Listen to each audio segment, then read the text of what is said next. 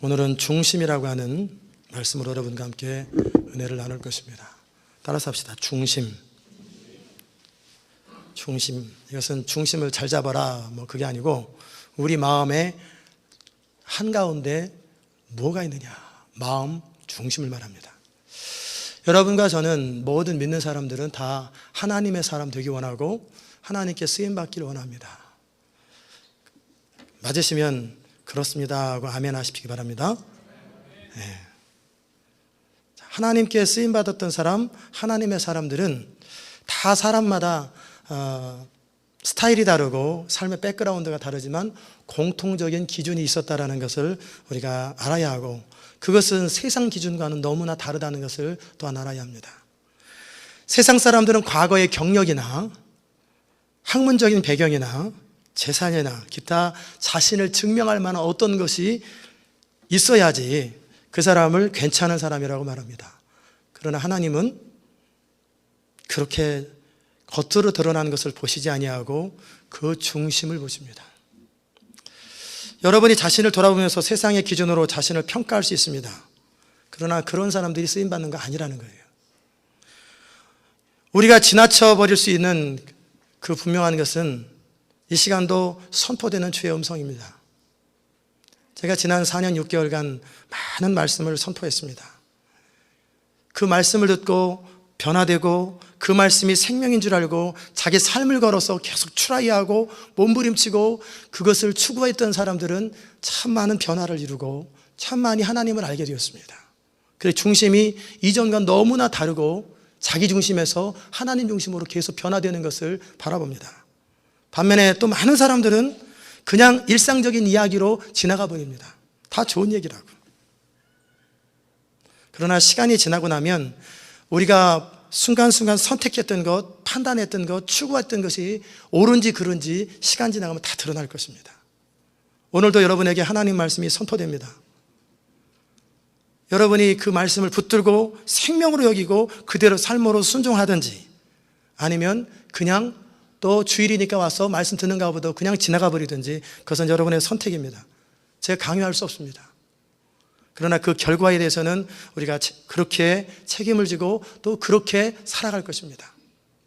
하나님께서 사용하시는 사람들은, 하나님께 합당하다 인정받는 사람들은 어떤 사람이었습니까? 다윗이었습니다. 다윗. 부모조차 인정하지 않는 초라한 목동 다윗. 요셉이었습니다.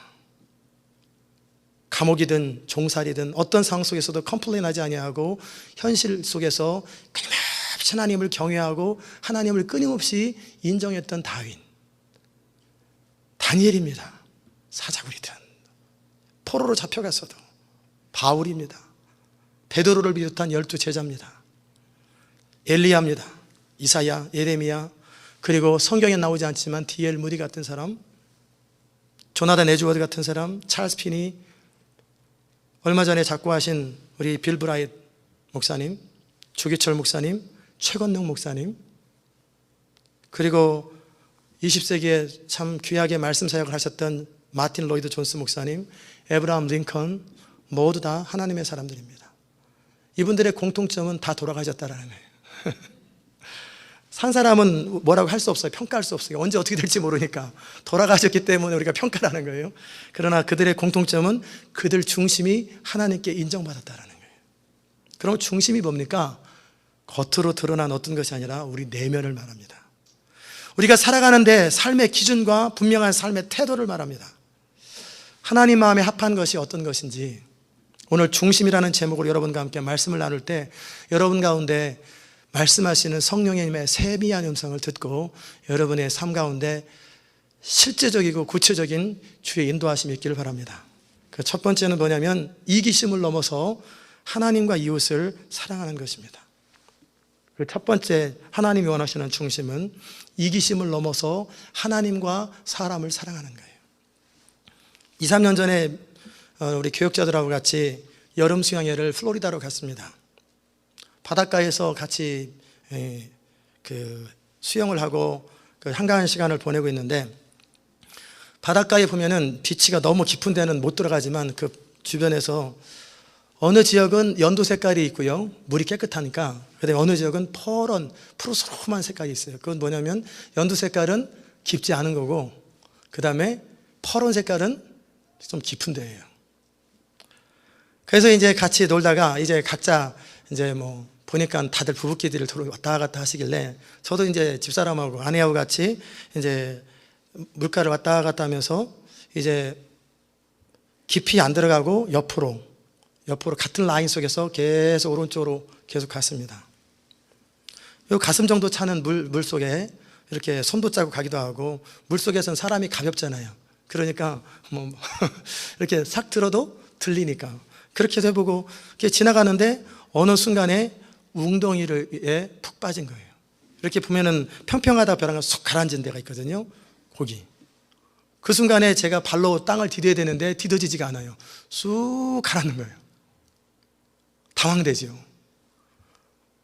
그래서 이제 아내를 제가 다리를 잡고 이렇게 들면서, 저는 이제 순간적으로 당황해서는 안 될 것 같고, 집사람은 수영을 못 하니까 그냥 다리를 잡고 물 위로 뜨게 하고, 보니까 저는 팔이 물에 잠겨 있어요. 그리고 지나가는 거예요. 그 순간에 제 마음에 이런 생각이 들었습니다. 만약에 제가 살고자 한다면 아내를 그냥 내버려두면 아내는 죽을 것입니다. 그리고 죽지는 않더라도 결정적인 순간에 저만 살자고 딱 그랬다면 평생 아내에게 그 부분에 대해서 이야기를 들을까, 그 순간에 그 생각이 딱 나는 거예요.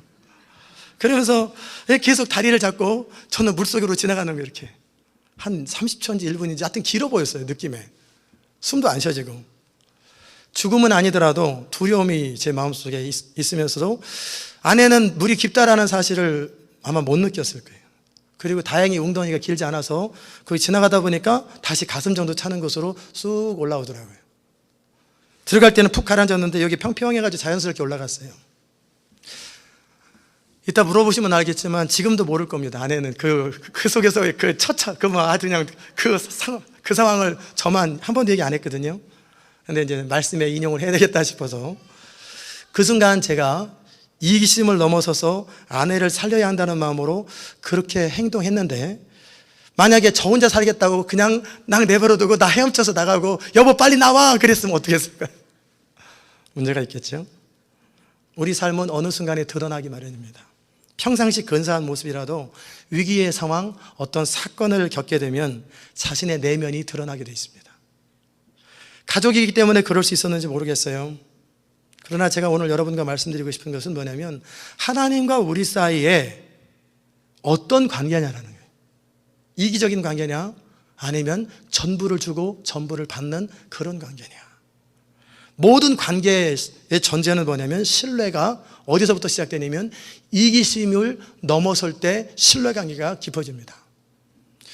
예수님께서는 포도원 비유를 우리에게 말씀해 주셨는데, 포도원 주인이 농부들에게 포도원을 맡기고 잘 관리하라고 그러고 타국으로 갔습니다. 그리고 때가 한 1년쯤 되니까 농사 수확의 계절이 되어서 그 가운데 소출이 얼마를 걷고자 하여서 종을 보냈어요. 그랬는데 그 종을 심히 때리고 그냥 보냈습니다. 그러자 다른 종을 또 보냈더니 머리에 나무로 때렸는지 몽둥이로 돌로 때렸는지 머리에 상처를 내고 능욕하고 그리고 보냈어요. 또 다른 종을 보내자 죽여버렸습니다. 그 외 여러 많은 종들을 계속해서 보내자 때리거나 아니면 죽여버리고 하나도 주인에게 소출을 가져다 주지 않았습니다. 그러자 주인은 이제 종들이라 그런가, 서로 관계가 안 좋아서 그런가, 그리고 이제 마지막에 내 아들을 보내면 괜찮겠지. 그리고 마지막에 아들을 농장으로 보냈습니다. 그런데 농부들이 상의했습니다.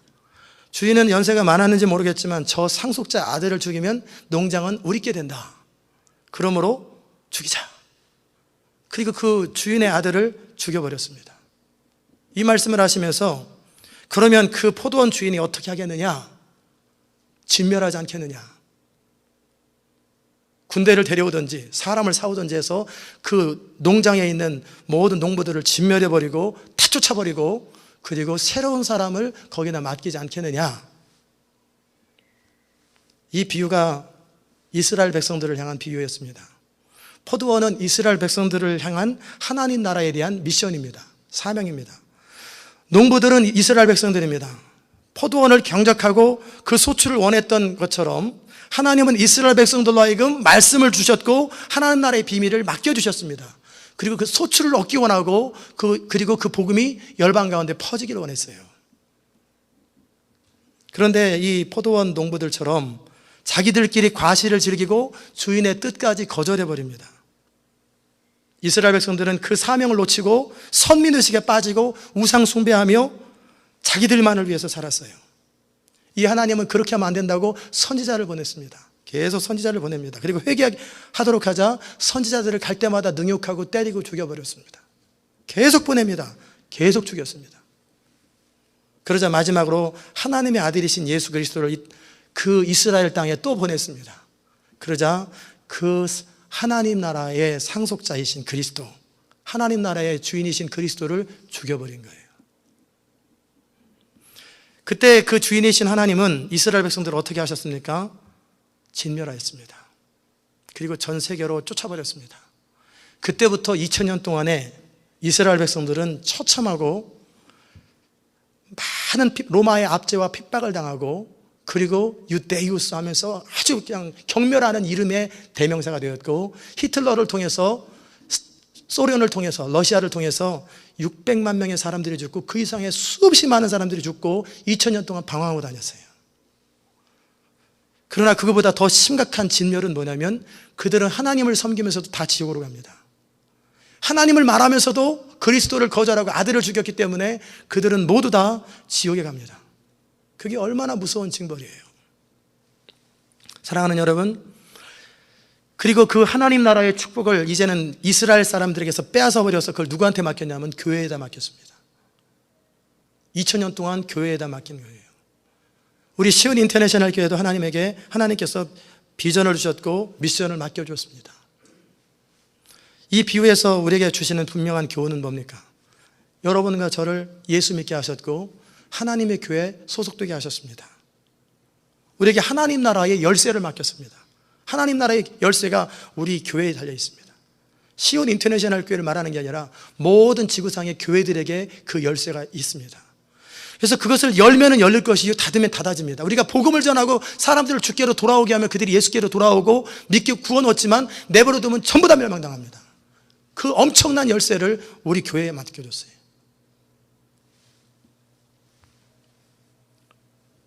그런데 포도원 농부들처럼 우리끼리 좋고 우리끼리 즐겁고 우리끼리 신나고 그래서 행복하게 선지자의 경고도 무시하고 날마다 선포되는 주의 음성도 경고도 무시하고 그렇게 자기중심으로 살아간다면 어떻게 되겠습니까?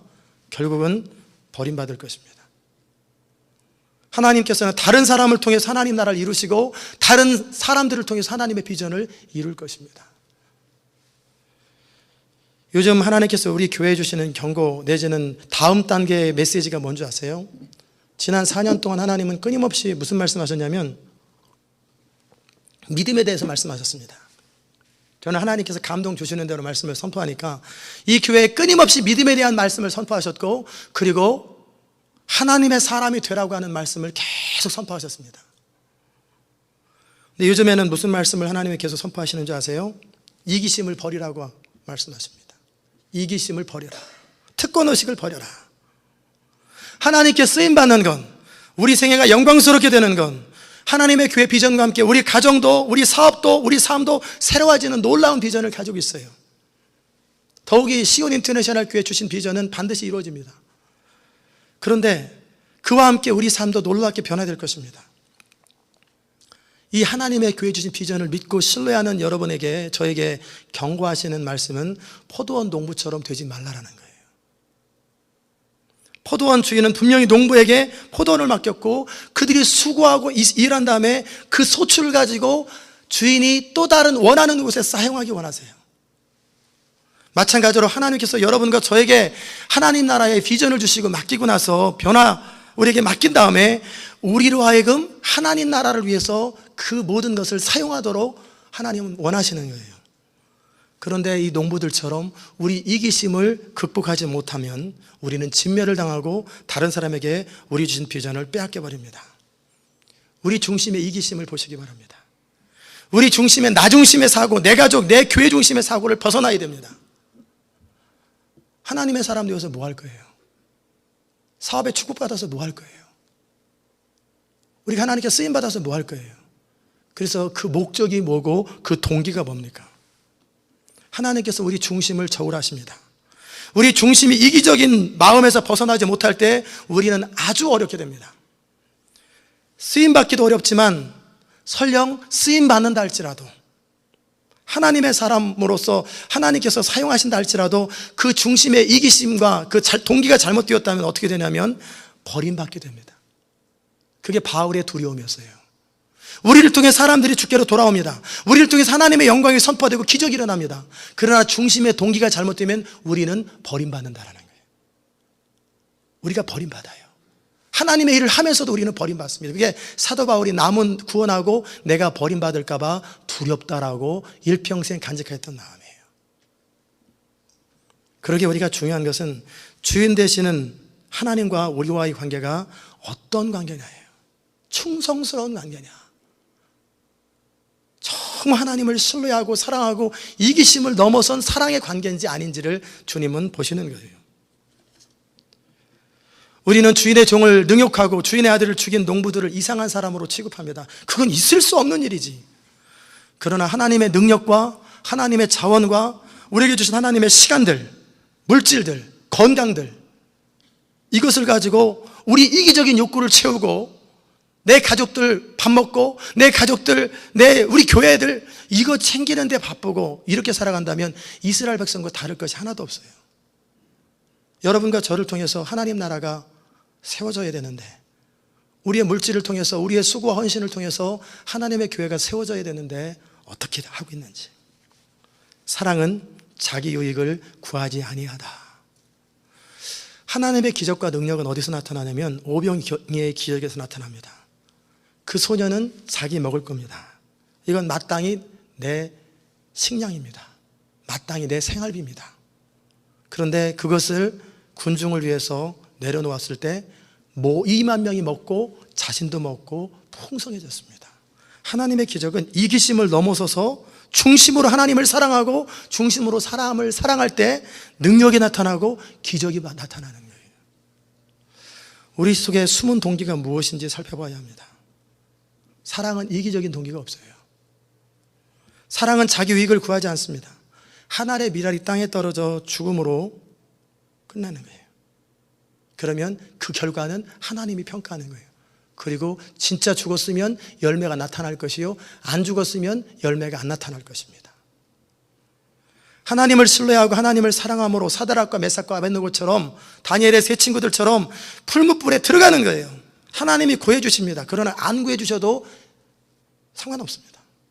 나는 사랑했으므로, 나는 순종했으므로 됐다라고 그렇게 내려지는 거예요. 그 결과까지 생각하면 우리는 이기적인 동기가 있습니다. 결과는 생각하지 않는 거예요. 사자굴에서 들어가서 죽으면 죽는 거예요.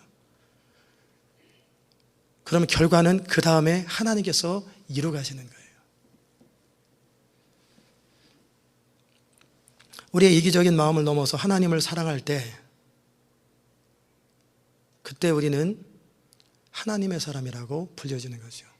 우리는 사드락과 메삭과 아벳느고라든지 다니엘을 보면 굉장히 믿음이 크고 놀랍다라고 생각합니다. 대단하다. 그러나 여러분, 대단한 게 아니에요. 위기가, 상황이 영웅을 만든다고 그런 상황이 됐기 때문에 그들이 드러난 것뿐이에요. 평상시에 우리의 삶 속에서 하나님과의 관계가 위기 때가 되면 드러나게 되는 거예요. 우리가 정말 마음 깊은 곳에서 하나님을 사랑하고 하나님의 나라를 생명처럼 사랑하고 하나님의 교회를 사랑하는 사람이 되면 때로는 그런 상황이 되면 순교도 하는 거예요. 그런 상황이 되면 모든 것을 하게 마련인 거예요. 그러기에 그냥 그렇게 상황이 됐기 때문에 드러난 것뿐이고, 그 이후에도, 그 말고도 많은 하나님의 사람들이 드러나지 않은 하나님의 사람들이 많습니다. 평상시에도, 위기 때에도. 그렇게 하나님 우리의 중심을 늘 보십니다. 여러분이 이 말씀을 들으면서 내 안에 그 중심이 이기적이다, 나 중심이다, 그런 마음이 드시는 분들은 자기를 책망하고 자기를 돌이키고 그렇게 하지 마시기 바랍니다. 그런다고 변화 안 돼요. 반성한다고 변화되는 거 아니에요. 언젠가 우리 집에서 우리 아들이 3살 땐가 5살 땐가 모르겠는데 혼내면서 너 반성해! 그랬더니 뭐라 그런지 아세요? 방에 가서 손 들고 반성 그러고 있어요. 반성하라 그랬더니 반성하고 있어요. 그래서 반성이 뭐냐 그래 몰라요. 반성하고 있어요. 우리가 스스로 자기를 책망하고 자기를 책한다고 변화되는 거 아니에요. 그때뿐이에요. 그럼 어떻게 해야 됩니까? 우리 중심에 이기적인 본능과 이기적인 마음을 있었으면 그걸 인정해야 합니다. 하나님, 내가 이기적입니다. 나는 내 가족과 내 자식들밖에 모릅니다. 나는 나밖에 모릅니다. 이 이기적인 마음, 이 탐심과 이런 부분들을 주님 앞에 고백합니다. 그러나 나는 나 자신을 변화시킬 능력이 없습니다. 어떻게 하면 좋겠습니까? 그럴 때 창조주 하나님께서 여러분 가운데 마음을 바꾸시는 거예요. 하나님은 창조주시라 우리가 중심으로 인정하고 죄를 인정하고 잘못을 인정하고 주님 나를 불쌍히 여기시고 나를 변화시켜 주옵소서. 다윗처럼 내 마음을 정한 마음을 창조하셔서 내 안에 정한 마음을 창조하셔서 나를 정결케 하소서. 깨끗한 마음을 창조하소서라고 먼저 인정하는 거예요. 자기를 인정하는 것. 그리고 나서 하나님 앞에 새 마음을 창조해 달라고 그렇게 중심으로 고백할 때 하나님의 사랑이 우리 가운데 부음받습니다. 어떻게 부음받는지 아세요? 어느 날 갑자기 그렇게 성령이 임해서 마음이 싹 바뀌는 게 아니에요. 우리 중심으로 하나님 앞에 탄식하면서 울부짖을 때 변화할 수 없고 변화시킬 수 없는 내 자신의 마음을 고백할 때 하나님은 우리로 하나님을 경험하게 하시고 그분의 선하심과 그분의 인자하심과 그분의 능력과 그분의 모든 것을 사랑을 맛보게 하십니다. 그리고 그 사랑과 그 능력과 그 인자하심을 맛보게 되면 우리는 저절로 그분 앞에 헌신하게 됩니다. 어느 순간 이기적인 마음이 사랑으로 싹 바뀌어가는 것을 우리는 체험하게 됩니다. 사랑하는 여러분, 하나님은 제 중심을 보십니다. 그래서 다윗이 순간순간 그 고백하는 거예요. 우슬초로 나를 정결케 하소서. 내 속에 더러운 것이 있으면 제거하시고 내 마음에 새 마음을 창조하소서. 새 마음을 창조하소서. 그렇게 기도하셔야 될 것입니다. 두 번째, 우리 중심은 어떤 중심이냐면 지식과 교리가 아니라 삶으로 하나님을 예배하는 거예요. 한번 따라서 합시다. 지식과 교리가 아니라 삶으로 하나님을 예배하는 것입니다. 대제사장과 서기관들은 자신들을 향해서 포도원 비유를 한 거를 알고 금방 느껴요. 여러분도 하나님 말씀이 선포되면 금방 하나님께서 여러분에게 하신 말씀이라고 금방 느끼고 어떤 분은 얼굴이 빨개지기도 하고 어떤 분은 고개를 숙이기도 하고 피곤해서 숙이는지 찔려서 숙이는지는 모르겠지만 하여튼 반응들이 있단 말이에요. 이 제사장들과 그리고 이 서기관들은 화가 났습니다. 자기들한테 하는 말을 금방 느꼈어요. 우리한테 하는 거구나. 그러자 예수님을 잡으려고 하고 그 예수님을 잡아 죽이려고 하는데 사람들이 예수를 존경하고 따르기 때문에 어떻게 할 수 없이 내버려뒀어요. 그러면서 이제 책 잡습니다. 말꼬리 잡는 거예요. 뭐 틀린 말 하지 않나? 꼬투리 잡으려고 자세히 듣는 거예요. 그리고 질문합니다. 선생님은 아주 근사하고 훌륭하고 인티그리티가 뛰어난 분인데 질문 안 하겠습니다. 칭찬한 다음에 그 다음에 가이사에게 세금을 내는 것이 옳습니까? 안 옳습니까? 라고 떠보는 거예요. 자, 세금을 내지 말라고 그런 다음에 정치적으로 잡혀 들어가죠. 세금을 내야 된다. 그럼 어떻게 됩니까? 가이사가 주님이라고 고백을 해야 됩니다. 거기 동전에 있는 것처럼. 그래서 하나님을 메시아라고 하면서 하나님을 섬기는 그 부분에 문제가 생깁니다. 그럴 때 예수님께서 그들의 중심을 아시고 탄식하시면서 동전을 보자. 그러면서 하시는 말씀이 이 그림이 누구 거냐? 가이사의 것입니다. 그러면 가이사의 것은 가이사에게, 하나님의 것은 하나님에게 드려라. 이 말이 뭡니까? 신앙적인 차원에서 하나님과 관계 속에서 해야 할 것은 하나님 앞에 하는 거고, 정치적인 차원에서 법의 차원에서 정부에게 해야 될 것은 하는 것이고, 그것이 짬뽕시키지 말고 각자 하는 것이다. 그래서 할 말이 없습니다. 이번엔 사두개인들이 왔습니다. 이 사람들은 부활을 인정하지 않는 거예요. 죽으면 끝이라고 하는 사람들이에요. 자신들의 믿음을 변호하기 위해서 질문합니다. 한 사람이 아내와 살았는데, 그런데 자식이 없이 죽었습니다. 근데 이스라엘 관습에는 형이 자식이 없이 죽으면, 부인만 남아있으면 형의 가문을 유지해야 되기 때문에 어떻게 합니까? 동생이 형에게 자식을 전달해 줘야 돼요. 가문을 연결해 줘야 돼요. 그렇게 형수를 취하면서 형의 이름으로 가문이 계속 유지되고 또 자기는 자기 이름대로 가문을 유지하는 거예요. 자, 두 번째 동생이 그래서 형수와 삽니다. 그런데 두 번째 동생이 죽었습니다. 자식도 하나도 없습니다. 셋째 동생이 그러다가 죽었습니다. 넷째가 죽었습니다. 다섯째가 죽었습니다. 그래서 7명의 아들이 있는데 7명이 싹 죽었습니다. 그리고 자식이 없습니다. 그러면 나중에 이 여자는 누구 부인입니까? 7명 중에서 누구 부인입니까? 그 질문하는 거예요. 아주 말을 만든 거죠. 이 여자가 사람 잡아먹는 귀신도 아니고 7명이 나란히 스트레이트로 죽는 게 어디 있어요? 그냥 말을 만든 거예요. 그때 예수님께서 너희는 성경도 모르고 하나님도 모르고 아무것도 모르는구나. 모세가 떨기나무에서 하나님의 음성을 들을 때 하나님이 뭐라고 하시더냐? 스스로 계신 하나님을 나타내면서 나는 아브라함의 하나님, 이삭의 하나님, 야곱의 하나님이다. 그렇게 하지 않았느냐? 하나님은 죽은 자의 하나님이 아니라 산 자의 하나님이라는 거예요. 죽으면 끝이 아니라는 거예요. 영원히 존재하고, 그리고 하나님은 우리가 생각하는 것처럼 그렇게 천국에서 시집가고 장가가고 그런 거 아니라는 거예요. 그리고 우리는 영생은 곧 유일하신 하나님과 그분이신 예수 그리스도 아는 것처럼 하나님과의 믿음의 관계 속에서 믿음을 가지고 있는 사람들의 하나님이라는 거예요. 믿음이 없고 영적으로 죽어있는 사람이 하나님이 아니에요. 그들은 지옥에 갑니다.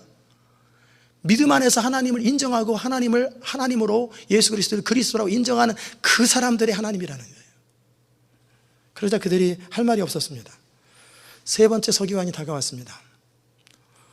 선생님, 모든 계명 중에 첫째 되는 계명이 무엇입니까? 그러자 예수님께서 뭐라고 말씀하셨냐면 하나님은 유일하시다. 그러므로 너는 목숨을 다하고 뜻을 다하고 힘을 다하여 하나님을 사랑하는 것이 첫 번째고, 둘째는 내 이웃을 내 몸과 같이 사랑하는 것이 둘째 계명이다. 그러자 서기관이 자기 고백을 덧붙입니다. 맞습니다. 한 분뿐이신 하나님을 사랑하고 이웃을 제 몸과 같이 사랑하는 것이 모든 번제물보다, 하나님을 향한 어떤 제사들보다 우선합니다. 그러자 예수님께서 그에게 말씀하셨습니다. 내가 하나님 나라에 멀지 않도다. 이게 무슨 말인지 아십니까? 아직 하나님 나라에 이르지 못했다라는 거예요. 이 말은 너는 무엇이 옳은지 무엇이 그른지 잘 아는구나. 그러나 실제는 그렇게 살지 않는구나. 그러나 그렇게 살아야만이 하나님 나라를 얻을 것이다. 그 말씀입니다. 그리고 예수님은 바리새인들이 모였을 때 질문합니다. 마태복음에 좀 더 자세한 내용이 있는데 그 부분은 뭐냐면 너희는 그리스도를 누구라고 어떻게 생각하느냐? 그러자 그들이 이구동성으로 다윗의 자손입니다. 그래, 대답 잘했다. 그러면 왜 다윗의 자손인데 다윗이 그리스도를 향해서 주님이라고 고백하냐? 너네는 아버지나 할아버지가 손자 하나 아들한테 주님 주님 하는 거 봤냐? 그러자 바리새인도 아무런 대답을 못합니다. 그리고 다시는 그들이 예수님을 시험하거나 말꼬리 잡으려고 하는 것이 사라져버렸습니다. 여러분, 바리새인들이 그 세금 문제를 언급한 것, 사두개인들이 부활 문제를 언급한 것, 서기관이 우선되는 계명이 무엇인가를 언급한 것에서 배울 수 있는 게 뭡니까? 교훈이 뭡니까? 이 종교 지도자들은 지식과 이론에 능한 사람입니다. 그러나 이들은 삶으로 하나님을 섬기지 않는 사람들이에요. 자신이 인생을 걸고 하나님을 섬기지도 않으면서 입으로 지식으로 하나님에 대해서 말하는 사람들이라는 거예요. 하나님께서 보시는 중심이 뭡니까? 신학적인 이론도 아니고요, 변론도 아니고 얼마나 많이 알고 있느냐, 그거 아닙니다. 정말 가르치는 대로 말하는 대로 그대로 살고 있느냐, 그걸 하나님이 보시는 거예요. 제자훈련 하시는 여러분, 매주마다 말씀을 들으시는 여러분, 그리고 말씀을 가르치는 여러분, 저를 포함합니다. 선생된 자가 더 큰 심판을 받는 것 여러분 기억하시기 바랍니다. 모르면 모르는 대로 심판을 받습니다. 그러면 알면 이에서 더 큰 심판이 기다리고 있다는 거예요. 함부로 선생되지 마십시오. 하나님께서 우리를 보실 때 뭘 보시겠습니까? 지식을 보시겠습니까? 하나님 나라는 말에 있지 아니하고 능력이 있다고 그랬습니다. 그럼 우리 겉으로 드러난 경건해 보이는 모양을 보시겠습니까? 경건의 모양은 있으나 그 능력은 부인하는 자니 이런 자들에게서 돌아서라 그랬습니다. 우리가 어떤 사람이 되어야 합니까? 삶으로 예배를 드려야 합니다. 우리 삶이 하나님을 기뻐하시는 산제사가 되어야 돼요. 삶이 따르지 않은 예배는 죽은 예배예요. 거기에는 아무 능력이 없고 아무것도 아닙니다. 우리는 성경의 지식을 알아야 합니다. 그러나 아는 대로 살지 아니하면 우리는 아무런 능력이 없습니다. 사랑에 대해서 아무리 말하고 믿음에 대해서 아무리 말해도 실제 사랑하지 않고 실제 믿지 아니하면 아무 능력이 안 나타나요. 하나님께서 이 아침에 우리에게 말씀하시는 게 뭡니까? 아는 것과 믿는 것이 하나가 되어서 삶으로 보여지라는 거예요. 우리가 추구할 것은 실제 삶입니다. 행함이에요. 하다못해 조직폭력배 여러분 들어보셨어요? 조폭이라고. 옆에 사람 보세요. 조폭 같은지 아닌지. 아니죠? 도박을 하는 사람도 조폭을 하는 사람들도 올인을 합니다. 자기 생명을 걸어요. 근데 우리는 마녀보다 뛰어나시고 진리를 추구하는 사람들이 올인을 하지 않습니다. 하나님을 사랑하는데 뭘로 사랑할 거예요? 성경 많이 읽는 것으로 하나님을 사랑할 거예요? 하나님을 사랑하는데 기도 많이 하는 거로 사랑할 거예요? 하나님을 사랑하는데 예배 많이 드리는 걸 하나님을 사랑할 거예요? 아니에요. 변화된 삶, 우리 중심이 인정되는 그 예배와 그 중심이 인정되는 삶을 통해서 하나님은 우리의 예배를 받으시고 우리가 그렇게 하나님을 사랑하는 거예요. 여러분의 가정에서 남편과 아내에게 인정을 받으시기 바랍니다. 쉽지 않습니다. 나를 아는 사람에게 인정받는 거 쉽지 않아요. 자녀들한테 인정받으시기 바랍니다. 자녀들이 존경하는 사람, 본받고 싶은 사람이 되십시오. 우리 주변에 우리를 아는 사람들에게 인정받아야 합니다. 우리가 셀 리더로 뭔가 다른 사람을 이끌고 돌보는 사람이고 뭔가를 가르치는 사람이라면 우리를 따르는 사람이 실제 따를 마음, 본받고 싶은 마음이 있도록 우리 삶을 그렇게 해야 됩니다. 지식으로 하나님을 추구하는 것이 아니라 삶으로 하나님을 추구하는 거예요. 믿음 생활은 이론이 아니에요. 삶이 걸리는 거예요.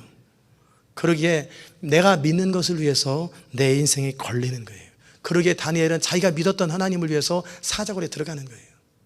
자기가 믿은 하나님을 위해서 주기철 목사님은 순교를 하는 거예요. 이게 진짜 예배예요. 이게 진짜 믿음이에요.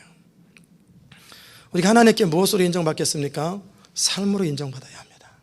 실제 우리 삶에 제사를 드리는 것. 그런데 여러분, 우리가 진짜 하나님을 사랑하고 진짜 하나님을 경외하면 삶이 따르게 되어 있어요. 진짜 하나님을 사랑하고 하나님을 경외하면 지식이 아니라 진짜라면 우리는 삶이 따르게 되어 있다라는 거예요. 그러게 하나님은 이 아침에 우리에게 말씀하십니다. 삶으로 예배드려라. 세 번째는 뭐냐면 사람들에게 보이기 위한 것이 아니라 온 마음을 다해서 하나님을 사랑하라는 거예요. 제자들에게 가르칩니다. 긴 옷을 입고 다니는 것, 제사장들이고 또 종교 지도자이기 때문에 아주 근사한 옷을 입고 땅에 끌리는 옷을 입고 다닙니다. 저는 안 입었잖아요. 우리 집에 있어요. 검은색 가운을 쫙, 여름엔 하얀 가운을 쫙 입고 후드를 쫙 하고, 이런 고난주간에 보라색 후드를 하고, 뭐 어떨 때는 하얀 색깔 후드를 하고 근사하게 쫙 있으면 마치 진짜 종교 지도자 같고 뭔가 근사하게 보입니다. 저는 그거 안 하지요. 불편해서도 안 하고,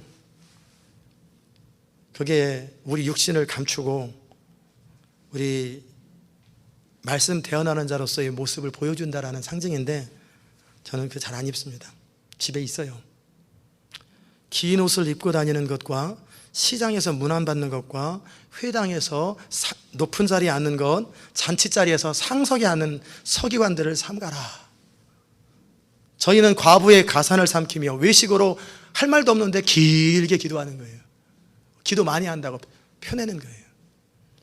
그 받는 판결이 더욱 중하리라. 그렇게 말씀하셨어요. 그리고 예수님이 왜 그러셨는지 모르겠는데 가만히 헝금게 우리도 저러 뒤에 있잖아요. 옆에서 물끄러미 누가 돈 넣나, 우리처럼 봉투에 넣는 게 아니라 그냥 직접 넣잖아요. 종이가 그 당시 때 뭐 흔하지 않으니까. 근데 어떤 사람들이 이렇게 자루 가지고, 부자들이 가지고 이렇게 들어가는 입구가 좀 커다란데 주르르 쏘는 거예요. 근데 돈이 떨어지는 소리 딱 들어오면은 이게 얼마짜리인지 금방 아는 거예요. 그리고 몇 개 떨어지는지, 얼마나 떨어지는지 줄줄줄줄줄 쏘는 거예요. 이야, 앉아있어 기도하면서 주르르 돌아보는 거 누구냐, 주르르 누구냐. 그런데 한 사람이, 가난한 과부가 나타났습니다. 그러더니 두 렙돈, 한 고들란트는 뭐냐면, 한 고들란트는 하루 품삯의 64분의 1이에요. 그리고 64불 받는 사람은 1불이고 100불 넘게 받는 사람은 2불입니다. 그것도 이제 가장 작은 동전이죠. 탱, 다른 거는 통통통통 이렇게 짜르륵 하는, 이거는 탱 소리 나고 끝나는 거예요. 소리도 들릴까 말까. 뭐야? 이렇게 다 들리는 거예요. 그런데 우리 주님 말씀하셨어요. 다른 어떤 부자들보다 저 가난한 여인이 가장 많은 헌금을 드렸느니라. 그리고 덧붙이기를, 그 부자들은 풍족한 중에서 일부를 드렸지만 이 가난한 여인은 그의 오늘의 생활비 전부를 다 드렸느니라. 그리고 앞으로 그의 생활비를 다 드렸느니라. 그는 그 다음 삶의 대책이 없느니라. 하나님께서 우리의 헌금에 대해서, 우리 헌신에 대해서 어떻게 평가하는지 아세요? 하나님은 절대 평가하지 않습니다. 우리가 얼마나 많은 시간을 드렸느냐, 얼마나 많은 헌금을 드렸느냐, 그것을 말하는 게 아니에요. 퍼센테이지로 말씀하십니다. 저는 그런 면에서 하나님이 공평하시고 선한 것 같아요. 하나님은 우리가 얼마를 드렸느냐가 아니라 우리 전 재산 가운데 몇 퍼센트를 주님께 드렸느냐, 우리 시간을 얼마큼 드렸느냐가 아니라 우리 전체 시간 가운데 얼마를 쪼개고 아껴서 주님께 드렸느냐, 이걸 판단하시는 거예요. 저처럼 풀타임 교육자들은 당연히 직업이 목회자입니다. 이런 사람들은 여러분과 동일합니다. 하루에 8시간에서 10시간, 일주일에 40에서 50시간을 당연하게 하나님의 교회를 위해서 일하는 건, 이것은 헌신이 아니에요. 이건 기본이에요. 그게 무슨 뭐 헌신했다고 착각하면 안 돼요. 그건 누구나 다 하는 거예요. 그 엑스트라 이상을 얼마만큼 더 하느냐예요. 자랑할 것이 없죠. 저는 사순절 때 새벽 기도회를 진행하면서 일상적인 삶을 살아가면서 하나님 앞에 주의 마음을 본받기 위해서 몸부림치면서 최선을 다하는 성도들을 바라봅니다. 또 주일 저녁에도 제자 훈련하면서, 또 이날 아침 금요일 날도 예배를 드리면서 삶이 피곤하고 지친데, 집에서 쉬고 싶은데 그러지 아니하고 하나님께 나와서 예배 드리는 사람들의 헌신들을 바라보고 참 감동하고 감격스럽습니다. 새벽 기도를 나오기 위해서 어떤 분은 새벽 3시 반에 일어납니다. 먼 곳에서 1시간 넘게 운전해서 옵니다. 또 어떤 분은 1시간 이상을 매일 운전해서 교회에 오시는 분이 계세요. 잠을 쪼개면서 제자 훈련하는 분이 계세요. 일주일 동안 6일, 7일 일하고 나서 주일날 하루 쉬어야 되는데 예배 드리고, 오후에 또 숙제 못한 거 숙제하고, 저녁 때 또 제자 훈련 또 하는 사람들이 있어요. 그리고 월요일날 아침에 또 다시 일주일을 살아갑니다. 그런 사람들의 헌신은 똑같지 않은 거예요. 다른 거예요. 나중에 하나님이 우리를 평가하실 때 시간의 양이 아니라 시간의 퀄리티, 우리의 물질을 평가하실 때 물질의 액수가 아니라 물질에 담겨있는 그 마음의 퀄리티를 평가하십니다. 지난번에 누군지 모르겠지만 제가 헌금보고니를 딱 듣나 보니까 동전들이 묵직하게 있어요. 아마 건축원금으로 드렸는지 모르겠어요. 정말 그렇게 하나님 앞에 최선을 드리는 거예요. 여러분, 이번에 우리 교회 건축하는 거 알고 계시죠? 그리고 많은 분들이 기도하고 헌신을 준비하는 것을 제가 느끼며 감사를 드립니다. 정말 하나님은 각 사람의 중심을 보시고 그대로 갚아주실 것입니다. 주의사항이 있습니다. 여러분이 헌신할 때 주의사항은 뭐냐면, 우리가 할 수 있는 대로 어느 정도 헌금을 드리지 마시기 바랍니다. 그렇게 하는 거 아니에요. 헌금은 최선을 다해서 하나님 앞에 드리는 거예요. 헌금의 액수는 중요하지 않습니다. 헌신의 정도는 헌신의 내용이 뭐냐는 중요하지 않습니다. 우리가 얼만큼 하나님의 교회와 하나님 나라를 위해서 내 마음이 담겨 있느냐가 중요한 거예요. 적어도 여러분이 하나님의 성전을 지을 때는 여러분 일평생에 어떤 분은 평생에 한 번도 경험해보지 못한 분들도 있어요. 아무나 경험하는 게 아니에요. 그럴 때 어떤 마음으로 해야 되냐면 여러분의 사랑하는 아들과 딸이 아파가지고 병원에 가야 하는 때 그 조박거리는 심정, 안타까운 심정, 거기에는 아무런 조건이 없잖아요. 아무런 제한이 없잖아요. 그저 나의 전부라도 주고 싶어하는 그런 마음으로 하나님의 앞에 드리는 것, 그게 헌신이에요. 그 정도 드리는 걸 헌신이요, 그게 헌금이라고 그러는 거예요. 조금도 후회 없도록 하시기 바랍니다. 하나님이 진정 축복하시고 보상하시는 헌금은, 또 헌신은 뭐냐면 자신의 구차한 중에서 전부를 드렸던 과부의 두 랩돈과 같은 그런 헌금과 그런 헌신인 거예요. 오병이와 같은 헌신, 그때 하나님은 우리에게 기적을 베푸십니다. 여러분이 정말 하나님의 주신, 교회에 주신 비전을 신뢰하고 그 비전에 여러분의 인생이 걸려 있다면, 그렇게 되기를 소원한다면 하나님 나라와 교회를 사랑하는 것을 그렇게 표현하세요. 하나님은 우리 각 사람의 믿음과 헌신에 대해서 보상하시고 갚아주십니다. 저는 오늘은 여러분에게 하나님께 이렇게 헌신했더니 이렇게 보상해줬다, 그런 말씀 드리고 싶은 생각 없어요. 단지 과연 우리가 과부의 두 랩돈과 같은 헌금과 헌신을 할 것인가, 할 수 있는 마음이 있는가를 물어보는 거예요. 향유 옥합을 깨뜨렸던 여인처럼 주님을 사랑하되 그렇게 절대적으로 사랑하는 거예요. 자기 유익을 구하지 아니하고 계산하지 않는 것, 내가 드릴 수 있는 최고 최선으로 사랑의 대상이신 하나님께 드리는 것, 그것은 데스잇입니다. 그것으로 충분합니다. 하나님은 다윗을 참 사랑하셨습니다. 이새의 아들 다윗을 보시면서 내가 그를 사랑한다, 그를 통해서 내 뜻을 다 이루리라. 사무엘이 볼 적에는 다윗 별것도 아닌데, 근데 하나님은 그 중심을 보신 거예요. 우리 중심이 담긴 헌신, 우리 중심이 담긴 시간, 우리 중심이 담긴 물질이면 충분합니다. 그것으로 하나님은 기뻐하세요. 저는 오늘 여러분에게 중심이라는 제목으로 말씀을 나눴습니다. 우리가 정말 하나님께서 인정하는 사람이 됩시다. 우리의 이기심을 넘어서 하나님을 사랑하는 우리의 믿음이 인정받는 그런 사람이 됩시다. 지식이나 교리를 추구하지 말고 행함과 삶에 있어서 인정받는 사람이 되는 거예요. 그리고 우리의 헌신은 사람들에게 보이거나 인정해 주는 것이 아니라 하나님이 enough하다, 하나님께서 충분하다라고 인정해 줄 수 있는 그런 헌신이면 충분합니다. 그런 사람은 행복합니다. 부부도 서로 마음이 통하면서 아무것도 아끼지 않는 부부관계는 행복하잖아요. 마찬가지로 하나님과 우리 사이에 아무런 계산도 없고 실갱이가 하나도 없는 거예요. 그렇게 자신의 전부를 주님께 드릴 수 있는 그런 사람들, 그렇게 하나님께서 그의 모든 것을 책임지고 이끄시는 그런 사람들은 하나님과 참 사랑을 나눕니다. 그리고 아무것도 그 하나님과 사이에 맡긴 담이 없고 아무런 필터가 하나도 없어요. 그냥 깨끗한 거예요. 저는 우리 시온 인터내셔널 교회 여러분과 제가 바로 그렇게 하나님을 사랑하기 원합니다.